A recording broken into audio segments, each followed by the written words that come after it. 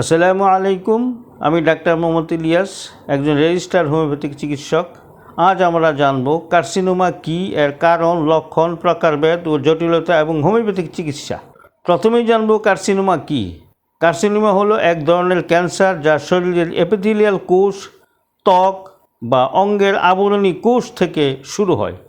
এটি ধীরে ধীরে শরীরের অন্যান্য স্থানে ছড়িয়ে পড়তে পারে। কার্সিনোমার প্রকারভেদ: squamous cell carcinoma, adenocarcinoma, basal cell carcinoma, transitional cell carcinoma.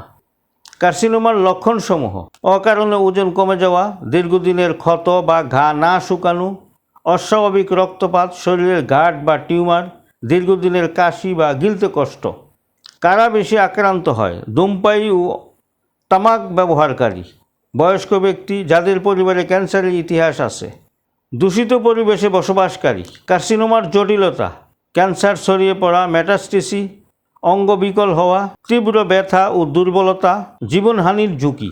Homeopathic চিকিৎসা: হোমিওপ্যাথিতে রোগীর সম্পূর্ণ চারিত্রিক ও মানসিক লক্ষণ বিচার বিশ্লেষণ করে চিকিৎসা করা হয়। গুরুত্বপূর্ণ পরামর্শ: কার্সিনোমা একটি গুরুত্বপূর্ণ রোগ, তাই সঠিক পরীক্ষা নিরীক্ষা এবং অভিজ্ঞ চিকিৎসকের পরামর্শ অনুযায়ী চিকিৎসা গ্রহণ করা জরুরি। শেষ কথা: প্রাথমিক অবস্থায় ধরা পড়লে ক্যান্সার অনেকটাই নিয়ন্ত্রণ করা সম্ভব, তাই সচেতন হন, সুস্থ থাকুন। ধন্যবাদ সবাইকে। আসসালামু আলাইকুম।